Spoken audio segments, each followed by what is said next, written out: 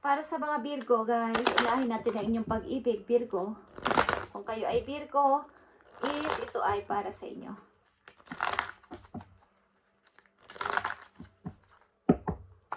Pag-ibig ng mga Virgo, I need 2 message dito sa mga Virgo. Pag-ibig ninyo, guys. Andito ang past lives. You have known this person before. It is soulmate from past lifetime. Virgo, open yourself to others. Okay. Kayo ay nai-involve o involved sa isang taong matagal nyo nang kilala o matagal na kayong magkakilala. Baga ay inyong childhood sweetheart o something na ito ay pag nakilala nyo na ay magkatugma kayo sa lahat ng bagay. Okay? Maaring malayo din kayo sa isa't isa, but nandito yung patient sa connection. Dahil sinasabi ng ilan sa inyo na ito ay divine timing. Kung para kami talaga ng tao na to ay para kami. Okay. Maaring ito ay hindi masyadong kumbaga hindi kayo magkasama o hindi kayo nagsasama pa sa isang bahay. Virgo, sa mga Virgo na nandito. At marami rin kayo nagiging kakilala. Tingnan natin itong pag-ibig na to ng mga Virgo. I love you to the moon and back million times. Okay, maaring mahilig ang tao na to tumingin sa moon at maaring nagwi-wish ito kahit na araw-araw pa. Nagwi-wish ito sa inyong relasyon, ang tao na to. At maaring bago kanya nakilala ay hiniling niya sa heaven na makilala niya ang person na para sa kanya. At lagi siya nag-I love you sa'yo kahit hindi naman kayo magkasama sa bahay. Okay? Message pa para dito sa pag-ibig ng mga Virgo. Our love is eternal. Okay. Maaring obsessed ang tao na to sa'yo. I don't want to wait any longer. Please be mine. I've been fighting a battle I can't win. Okay. Maaring marami rin siyang rival sa'yo, Virgo. At ang tao na to ay maaring hindi siya mapalagay kung kailan talaga kayo magsasama na. Okay? Kailan ba kami magsasama na ni Virgo? Maaring iniisip-isip ng person na to ang inyong pagsasama na soon. Maaring hindi pa kayo kasal. Kaya sinasabi niya na kailan ka ba mapapasa sa akin? Virgo, okay? Yung magsasama na tayo at wala na manliligaw sa'yo kung babae kayo. Okay? Our love is eternal. Tingnan natin to. Ang pag-ibig ng tao na to sa'yo ay wagas. Virgo, kung kayo ay nasa relasyon na mahal ka ng person na to. Message dito sa mga Virgo sa kailang pag-ibig na wagas. Nakikita niyo to, guys. Thank you, Spirit. Marriage. A marriage of soul is union of two divine counterparts blending together. Okay, mapupunta rin to sa kasal. O nagkakaroon na kayo ng pag-uusap about dito sa kasal na to, Virgo. Okay? So, tingnan natin ang inyong career, guys. Ano bang nangyayari na sa inyong kasalukuyang trabaho o career? Tingnan natin, guys, ang inyong sitwasyon.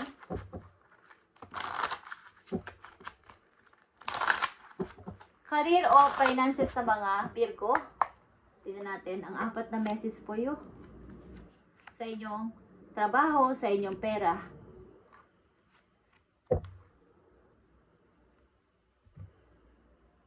Virgo. Nandito kayo, meron ditong lovers, guys. Nandito the Hermit. Ang inyong energy. Andito ang 3 of Cups. Nandito ang 9 of Swords. Guys. Okay. Ito ay career. Sinabi ko kanina, o trabaho. But, nakahalo dito ang inyong pag-ibig. Bagamat kayo ay busy sa trabaho, maybe ay kayo naman ay may magandang relasyon sa inyong kakoneksyon. At, iniisip nyo talaga ang inyong paparating na buhay. Kumbaga ay sa hinaharap. Yung future naming dalawa. Okay?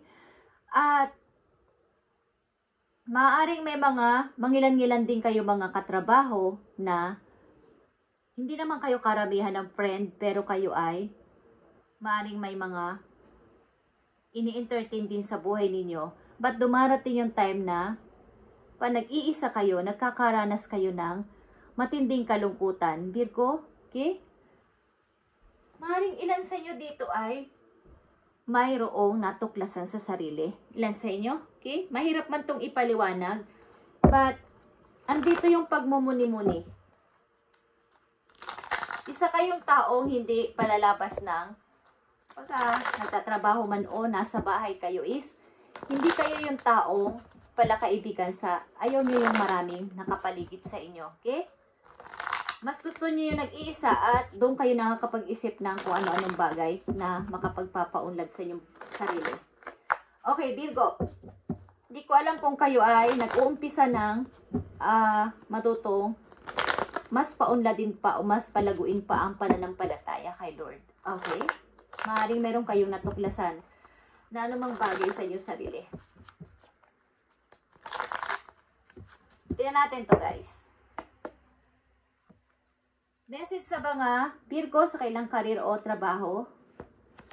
Hindi ko alam kung kayo ay nagtatrabaho sa bahay. Ilan sa inyo, guys? Nandito yung King of Pentacles, guys. Okay, kayo ay independent person, grounded. Pagka may money, maaari ring masasabi na boss o something na merong ininvest o mayroong negosyo. Okay? Nandito yung the Fool. Andito din yung Six of Pentacles. And nandito din yung Nine of Cups.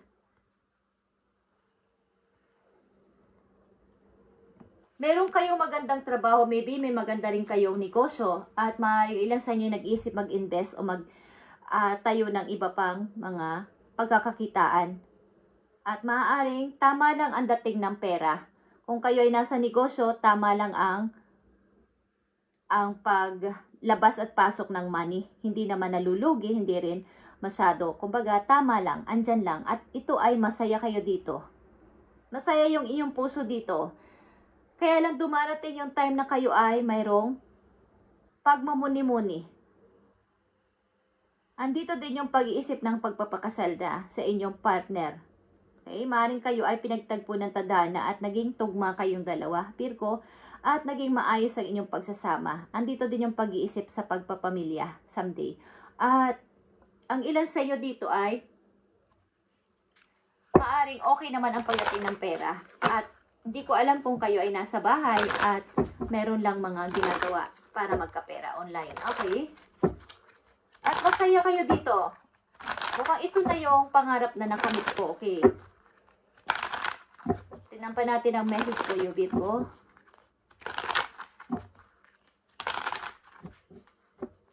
Sa madalas nyo kasi pag-iisa at pag-isip-isip, marami kayong natuklasan sa sarili nyo na hindi nyo rin mapaliwanag. Kaya ang nangyayari dito ay, maaaring kayo ay gusto nyong lumapit sa mga group na may mga mag-a-advise about sa spiritual. Okay, Virgo? Tingnan pa natin ang inyong career or kapirahan, Virgo. Nakikita nyo ba ang change? Kayo ay naglipat ng bahay. Ilan sa inyo naglipat ng bahay o apartment? Bagong bahay, bagong apartment. Ang ilan sa inyo ay sometimes you must embody the change you want to see. And not seeing movement doesn't mean nothing is happening.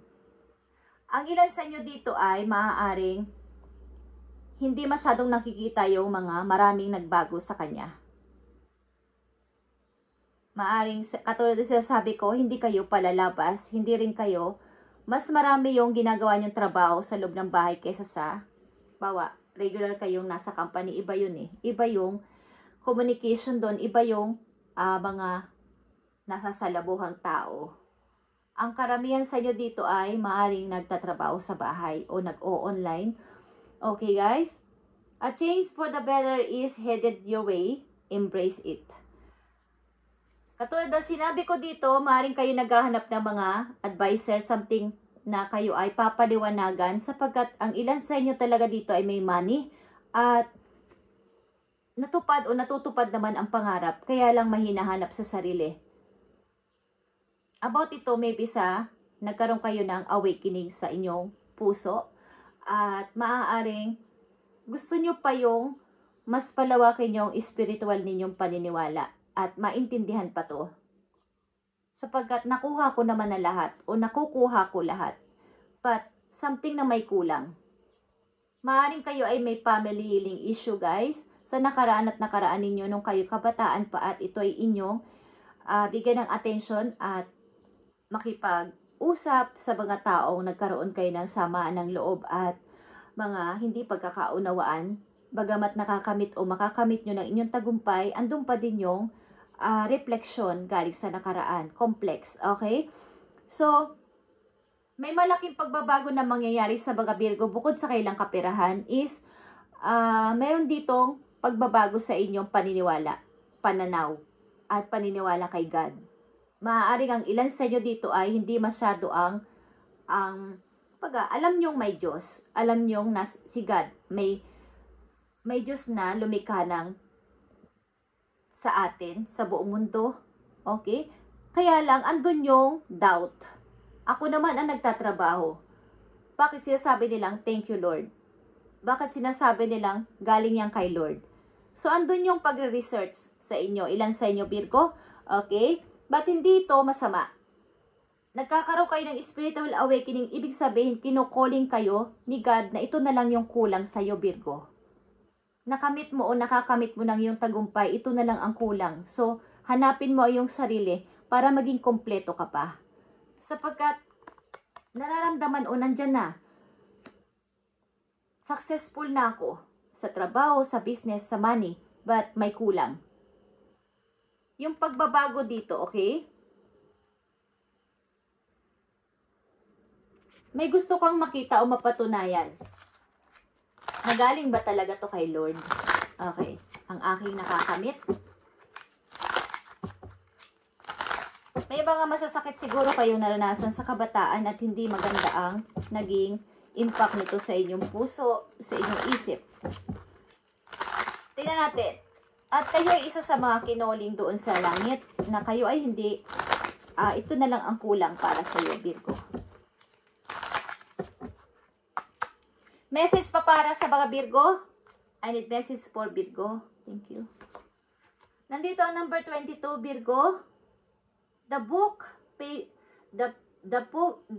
presents the discover of mystery affecting the person for the better in a degree covered by distance.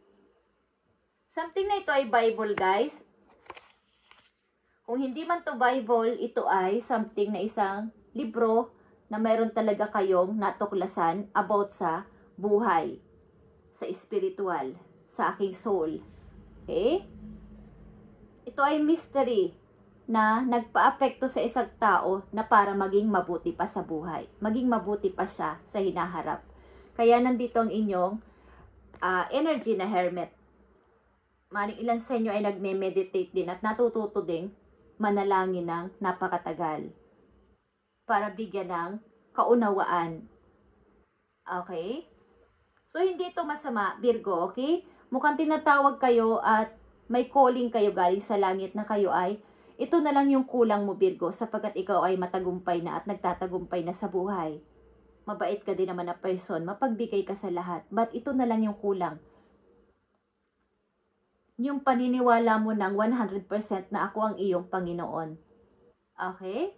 So may matutuklasan o natuklasan ka sa sarili mo na ito na lang ang kulang sa akin. Isa itong book at ito ay, I feel na ito ay Bible, guys. At natuto kayo dito. Meron kayong naramdaman dito nang ito ay inyong makita o may nagbasa sa inyo. Maybe merong nagbigay ng, nag-share sa inyo ng isang, ng verse ng Bible, something. Okay? Ako ang nararamdaman.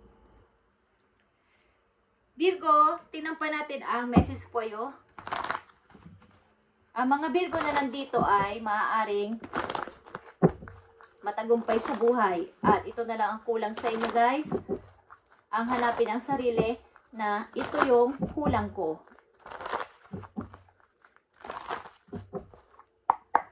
Virgo, para to sa'yo. Nasa tama kang path ng buhay, Virgo. Okay?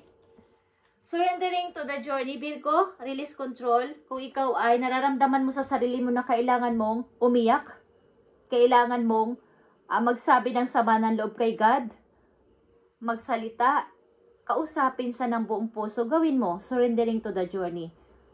At magiging maayos at matatagpuan mo ang light papunta doon, guys. Okay? Maaari ikaw ay naghahanap ng totoong tahanan, ang ilan sa inyo, totoong mga tao na, yung iba nga, ang ilan kasi sa inyong nandito ay lapitin ng mga bad person. Okay? Pure ang inyong intention, pero ang mga taong lumalapit sa inyo ay mga bad energy at hindi, parang against ang inyong puso. Dahil kung kayo ay nasa negosyo din, sa ilang Virgo is, marami ditong mga bad ang iniisip. Mga madadaya din sa negosyo. Okay? So, ang inyong